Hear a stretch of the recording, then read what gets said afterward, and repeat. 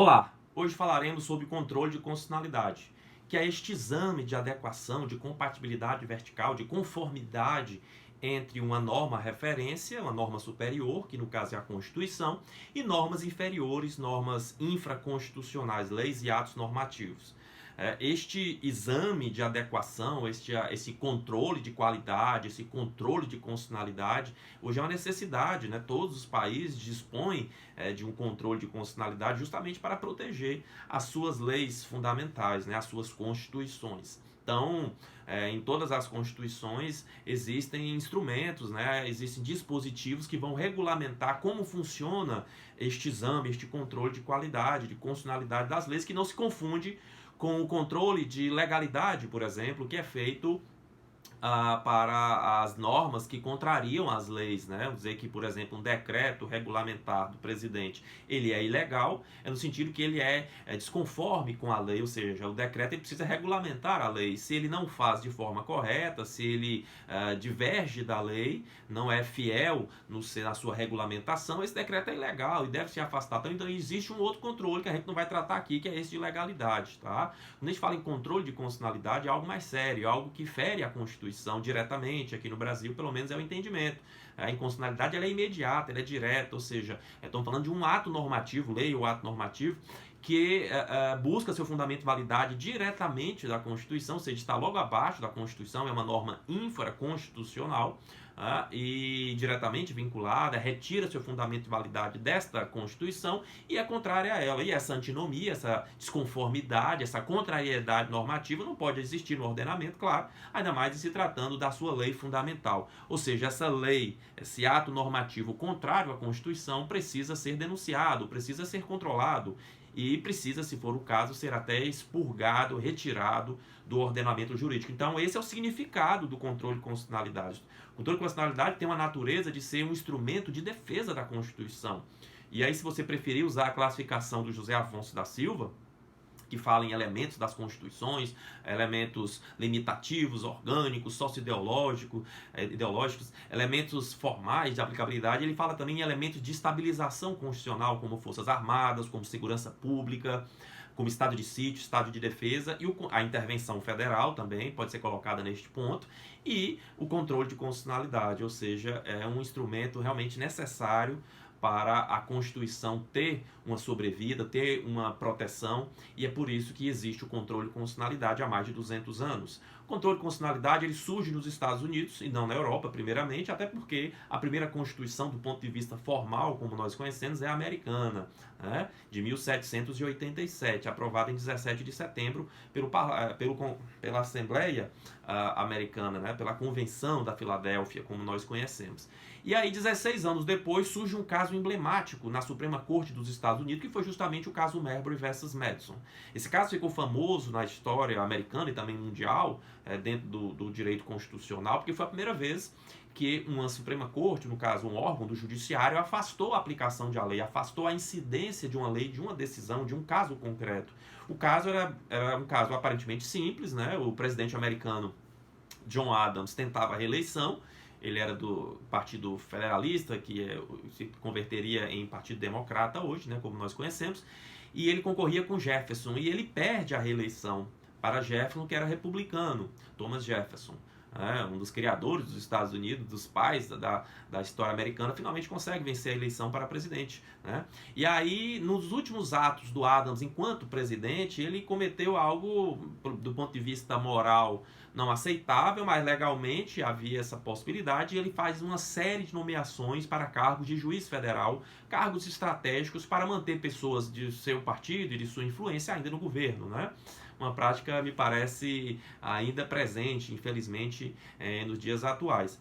Pois bem, o que aconteceu? Com a posse de Jefferson, né, em 1801, alguns nomes que tinham sido indicados, né, pelo presidente da República não conseguiram a tempo, né, a posse, tomar posse, né, e o secretário-geral, o novo secretário-geral indicado agora pelo presidente eleito Jefferson, recebeu a ordem expressa de não dar mais posse a ninguém, né? Ou seja, Jefferson já percebeu aí a jogada do Adams e preferiu não dar mais posse para nenhum. E um desses que não conseguiu tomar posse a tempo tempo, foi justamente o Marbury, John Marbury. Então, Marbury entra com ação contra James Madison. James Madison era o novo secretário-geral do governo americano, cargo que tinha sido de John Marshall, que agora é o presidente da Suprema Corte. Olha como é que a coisa estava desenrolada.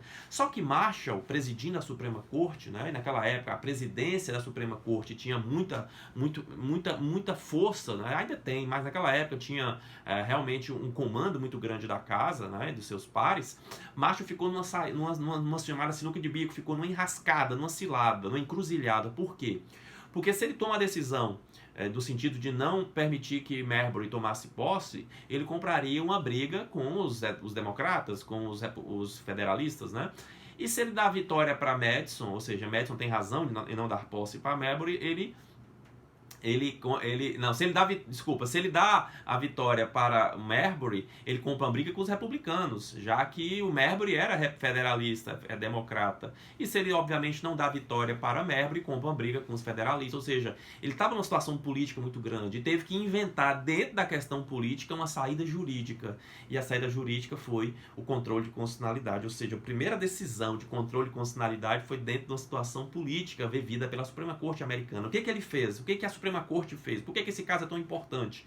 Porque não se enfrentou o mérito, ou seja, o caso em si, o caso concreto, ou seja, Marbury tem ou não direito a tomar posse?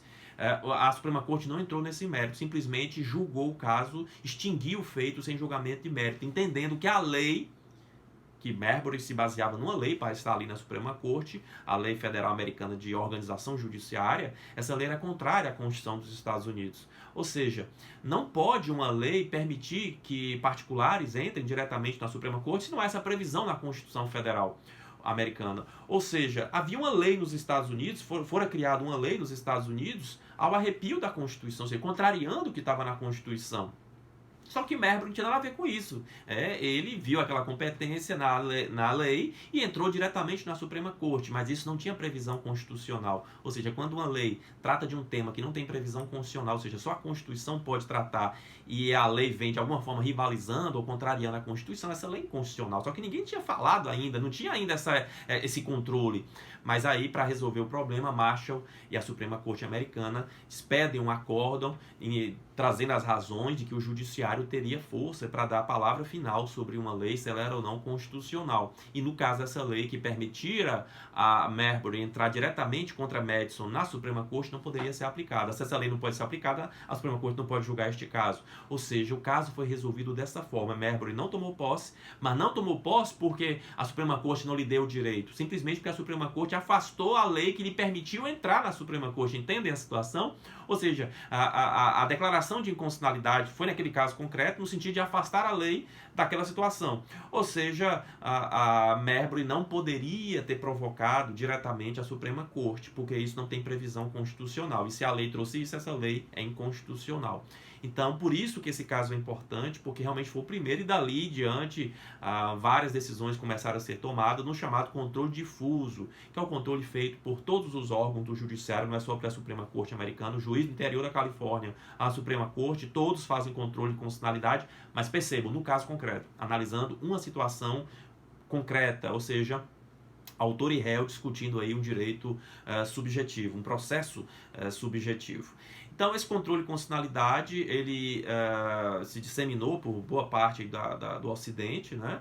E chegaria ao Brasil algumas décadas depois, já com a proclamação da República e o fim da monarquia, com a Constituição Federal dos Estados Unidos e do Brasil de 1891. Essa Constituição, como todos nós sabemos, né, ela acaba por trazer muitas ideias americanas, como o presidencialismo, como o federalismo, a própria adaptação da República, que não era uma ideia americana, mas que já estava consagrada naquele país há mais de 100 anos, e o controle de constitucionalidade, né? Ou seja, Rui Barbosa, Prudente de Moraes, os mais influentes, né, constituintes de 1890, que gerariam a Constituição do ano seguinte, acabam por trazer essas ideias americanas, né, e o controle de constitucionalidade difuso, jurisdicional, enfim, feito pelo Poder Judiciário, acaba chegando no Brasil nessa época. Na época do Império, não dá para falar que havia um controle de constitucionalidade no Brasil, né, porque havia um quarto poder que controlava os demais, que era o poder moderador. Então não havia nem da Constituição política do Império do Brasil de 1824, não havia um expediente, não havia dispositivos que regulamentasse algum tipo de controle de constitucionalidade, apenas dizia que o poder moderador era a chave, né, da organização dos poderes, era quem realmente dava as cartas, quem resolvia quaisquer contrariedades entre os poderes, e a inconstitucionalidade não deixa de ser uma contrariedade, ou seja, o parlamento ou o executivo expedem uma lei ou um ato normativo que ferem a Constituição e é preciso que o judiciário intervenha, né? Então essa é a ideia do controle, que é uma ideia bem interessante. Entretanto, na Europa, especificamente na Áustria, em Viena, um doutrinador célebre, né, considerado por muitos o maior cientista da história do direito mundial, acaba por divergir desse controle, né? Que você entendia que era necessário ter um controle de constitucionalidade, mas não esse controle feito nos Estados Unidos, porque ele tinha severas críticas. Primeiro, ele entendia que o poder judiciário não tinha este poder, essa força, né? Não havia, seria algo de que desequilibraria a separação, a independência dos poderes, ou seja, não pode um poder descaracterizar a obra do outro, né? Da mesma forma que não pode um juiz descumprir uma decisão judicial, não poderia da mesma forma que não pode um deputado descumprir uma decisão judicial, um parlamentar, não pode o contrário, ou seja, não pode um juiz descumprir uma lei, no sentido de declarar que a lei é inconstitucional, ou seja, seria um poder muito exacerbado para o judiciário, mas Kelsen concordava que esse controle tinha que ser feito, né? Mas tinha que ser feito por um outro órgão, um órgão à parte dos três poderes, daí o nascimento, né, a idealização do Tribunal Constitucional, que hoje é disseminado por toda a Europa, cortes, conselhos, corte na Itália, o Conselho Constitucional francês, mas a expressão Tribunal Constitucional ela é a mais usual, Alemanha, Grécia, Espanha, Portugal. E o que é o Tribunal Constitucional? É um órgão político, um órgão com seus membros têm mandatos, são eleitos, inclusive, mandatos exíguos, razoavelmente, comparado ao Brasil, que são cargos vitalícios, né, de ministro do STF. Lá eles têm mandato que varia de 10 a 12 anos, dependendo da Constituição de cada país, e eles só fazem controle de constitucionalidade, ou seja, são tribunais bem diferentes aqui do nosso STF, porque o STF ele não tem eleição, ele não tem mandato, seus membros não têm um mandato, eles são vitalícios, né? Só saem com aposentadoria compulsória ou qualquer outra razão, mas em geral ficam por bastante tempo, né? Não fazem apenas, o STF não faz apenas controle de constitucionalidade, né? Ele é um órgão judiciário, então ele também tem competências outras originárias, ele tem competências recursais, ordinária e extraordinária.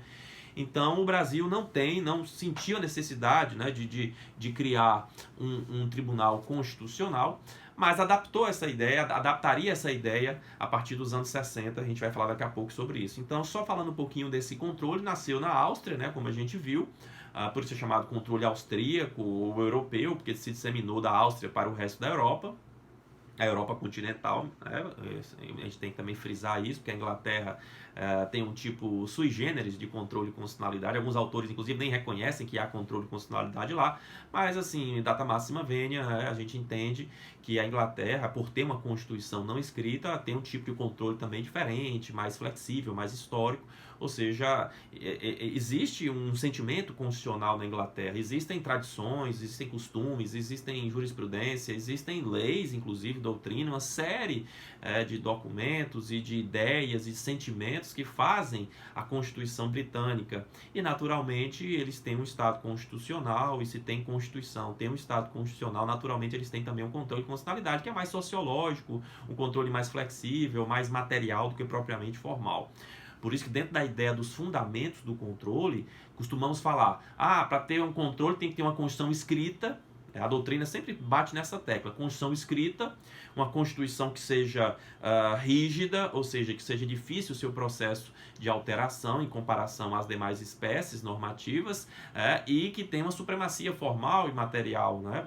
Ou só formal, como dizem alguns autores. Mas aí a gente acrescenta também a questão da supremacia material, até porque é importante também o conteúdo, a matéria que trata esse documento para lhe dar a hierarquia necessária, para lhe dar a superioridade que ela detém em detrimento das demais normas. Bom, então, voltando aqui ao modelo austríaco, ele é um controle político, né? Diferentemente do controle jurídico ou jurisdicional americano, o controle austríaco é um controle político que é feito por um órgão político, não é feito por um tribunal do judiciário, apesar do nome Tribunal Constitucional, ele não integra o judiciário, né? Então, esse controle é feito não em casos concretos, mas é feito a partir da lei abstratamente considerada, é um controle feito de forma abstrata, um controle concentrado, que só um tribunal pode fazer. E assim, Kelsen entendia que esse controle dele era mais interessante que o americano, porque era feito por um órgão à parte dos poderes, o que evitaria qualquer tipo de incidente envolvendo a separação de poderes, né, e a independência dos poderes, e também porque este tribunal seria especializado neste trabalho, né, e ainda tinha um outro porém: enquanto os efeitos do controle americano são interpartes, ou seja, só entre as partes, né, continuando a norma em vigência, em vigor para os outros casos, o controle austríaco político ele tem o condão de extinguir a norma do ordenamento jurídico, né, a partir de uma decisão vinculante erga omnes ou para todos, né? Então, realmente o controle austríaco ele é contundente, mas a gente não pode desprezar o controle americano, que é aquele que permite a todos, né, juízes e tribunais analisarem, inclusive, situações envolvendo casos concretos, né? Então acaba sendo mais plural, mais aberto, né? Então o controle americano tem também seu charme e sua importância para a ideia de cidadania, muito embora os efeitos da decisão, de fato, do controle político serem mais contundentes, serem mais gerais. Mas nós sabemos que, por exemplo, aqui no Brasil, nós não podemos acionar diretamente o Supremo Tribunal Federal para esse tipo de ação, ou seja, as ações diretas de inconstitucionalidade em sede de controle concentrado abstrato devem ser manejadas, devem ser impetradas por legitimados ativos que estão no rol constante do artigo 103 da nossa Constituição. São 9 legitimados e mais tarde a gente fala um pouquinho deles, tá? Então, essa é a história do controle de constitucionalidade que acaba chegando no Brasil a partir dos anos 60, com a emenda constitucional 1665, em que aparece uma ação de inconstitucionalidade, uma representação de inconstitucionalidade, que é a ação direta de inconstitucionalidade por ação, né? Receberia esse nome técnico em 88, mas a ideia já vinha desde os anos 60, que era fazer uma análise abstrata de uma lei, não em caso concreto, mas a lei abstratamente, a lei em tese sendo considerada, analisada pelo Supremo Tribunal Federal. À época não se pensou em criar um tribunal constitucional, haja vista ser só esta ação. Tinha também a representação interventiva, que existe desde 34, mas que não tinha muita aplicabilidade, não era muito usual. Então, não se viu, na minha ótica corretamente, a necessidade de criar um tribunal constitucional, uma corte, um conselho à parte, para fazer a julgamento de uma possível ação impetrada só por um possível legitimado, que no caso era o Procurador-Geral da República. A questão é que, em 88, passou o Brasil a ter mais ações de controle concentrado, né? São 5 ações hoje, a gente vai falar sobre elas mais à frente, e são 9 possíveis legitimados, ou seja, de uma, ou se preferirem 2 ações, passamos a 5, e de um legitimado passamos a 9. Então havia talvez ali uma oportunidade histórica na Constituinte de se criar um tribunal constitucional, mas o fato é que a soberania na tomada de decisões do poder constituinte preferiu colocar essas competências todas para o STF. Ninguém pode falar que isso é inconstitucional, até porque o poder constituinte originário ele é limitado do ponto de vista jurídico, né? Não dá para falar que as normas originárias da Constituição são inconstitucionais, porque elas são a própria Constituição desde o começo, ou seja, quando elas estavam sendo criadas, elaboradas, não havia uma Constituição para fazer a referência, e controle tem que ter sempre essa referência. Então, se perguntarem por que as normas originárias, aquelas que estão na Constituição desde o início, não podem ser controladas na constitucionalidade, é porque elas nunca tiveram uma Constituição como referência, porque elas eram a própria Constituição nascendo, fruto de um poder constituinte originário, ilimitado e incondicionado, como nós sabemos. Entretanto, as normas derivadas da Constituição, as emendas constitucionais, apesar de adquirirem o mesmo status das normas originárias dentro de uma Constituição formal como a nossa, onde todas as normas, sejam originárias ou derivadas, sejam importantes ou não, sejam cláusulas pétreas ou não, todas são Constituição e gozam da mesma hierarquia, do mesmo status. Entretanto, a emenda é obra de um poder constituinte derivado, limitado e condicionado, e por isso deve seguir o trâmite que está no artigo 60 da Constituição, sob pena de inconstitucionalidade. Falando em inconstitucionalidade, a gente precisa entender que fenômeno é esse, o que é a inconstitucionalidade de uma vez por todas. A inconstitucionalidade é uma incompatibilidade, é uma desconformidade, é um vício, é uma doença, é um mal que acomete normas, leis e atos normativos. Né? A gente fala leis e atos normativos porque existem normas que não são leis tecnicamente, mas que têm força de lei, por exemplo, uma medida provisória, né? Um decreto legislativo, uma resolução, são exemplos de atos normativos que podem ser controlados na sua constitucionalidade. Então, a inconstitucionalidade é este vício que traz a incompatibilidade entre a Constituição e a lei e o ato normativo infraconstitucional. Essa incompatibilidade pode ser tanto do ponto de vista formal ou material. Como é que se dá a incompatibilidade ou a inconstitucionalidade do ponto de vista formal? Quando a tramitação, o procedimento, as formalidades que a Constituição pede para aquela espécie normativa ser criada é desrespeitado. Por exemplo, o quórum, a iniciativa,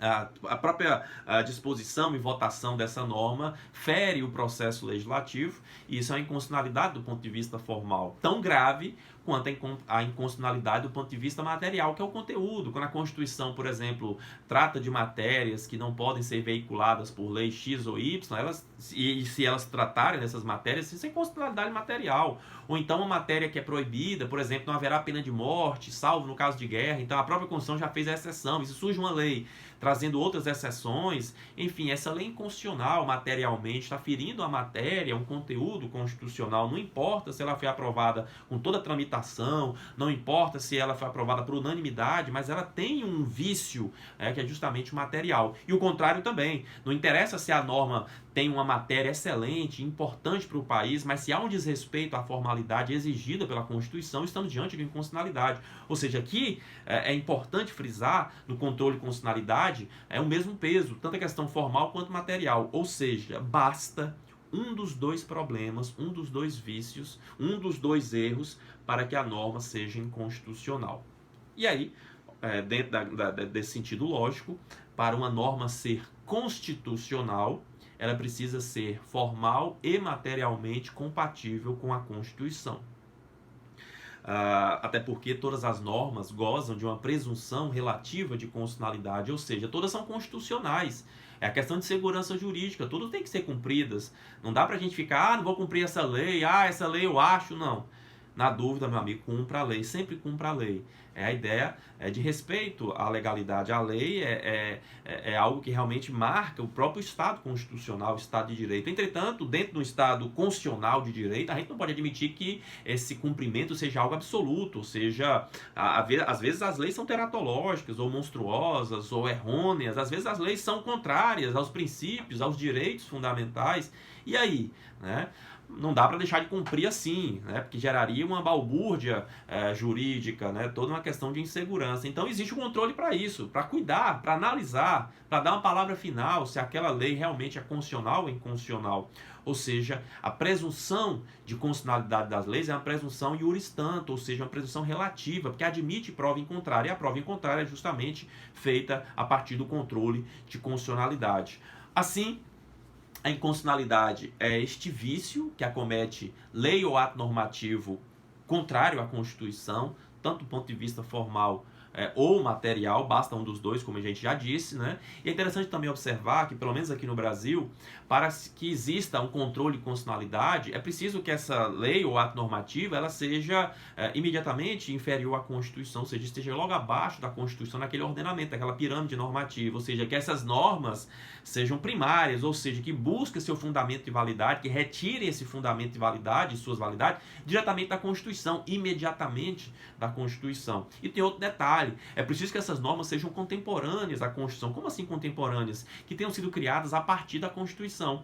Ou seja, se a Constituição foi promulgada no dia 5 de outubro de 88, o controle é feito a partir daí, das leis que nasçam a partir daí. E as leis anteriores, professor, as normas anteriores, ora são recepcionadas, se forem materialmente compatíveis, para a recepção basta a compatibilidade material, ou serão revogadas se não houver essa compatibilidade material. Isso é chamado de direito, Isso é chamado de direito intertemporal, isso é um controle de intertemporalidade que a gente também não vai tratar aqui. Ou seja, as leis anteriores, elas não são controladas na sua constitucionalidade como regra aqui no Brasil, mas sim sofrem um outro tipo de controle, que é o controle de intertemporalidade, o direito intertemporal, que analisa as relações jurídicas dentro do tempo, ou seja, as leis anteriores, a Constituição nova, os chamados fenômenos decorrentes de nova ordem constitucional, como já tratamos, né, da recepção, da revogação, da repristinação, da desconstitucionalização e da vacatio constitutionis, né? Aqui não, aqui controle de constitucionalidade tem que envolver leis e atos normativos primários e contemporâneos à Constituição. A rigor, tanto leis e atos normativos federais, estaduais, municipais e distritais podem sofrer controle de constitucionalidade, sem problema algum.